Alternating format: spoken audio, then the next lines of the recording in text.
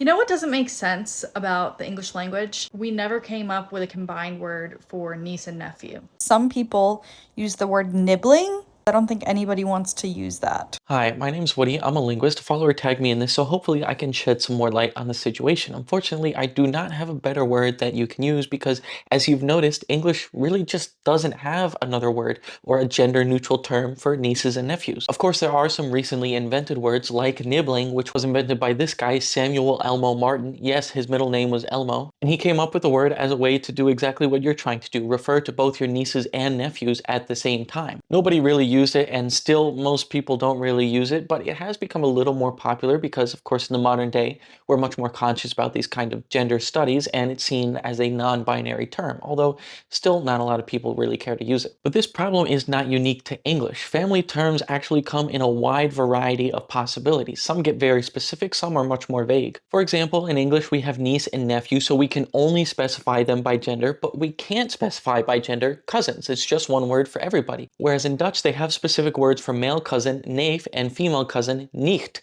But those are also the same words for nephew and niece. So in that way, they're less specific. In Mandarin, you can specify not just by gender and paternal and maternal, but also if they're older or younger than you. In Hawaiian, all your aunts are also called mother, and all your uncles are also called father, as well as all your male cousins being called brother and all your female cousins being called sister. So it can really vary a lot depending on the language. English probably hasn't developed a specific word for gender neutral or referring to all nieces and nephews because it hasn't been super important in our society. So it's usually not that much of a problem to just keep saying nieces and nephews. It's not that much of an inconvenience. But if we really want to, then we just have to keep using a word until it catches on, like nibbling. So what do you guys think? Should we start using the word nibbling or not?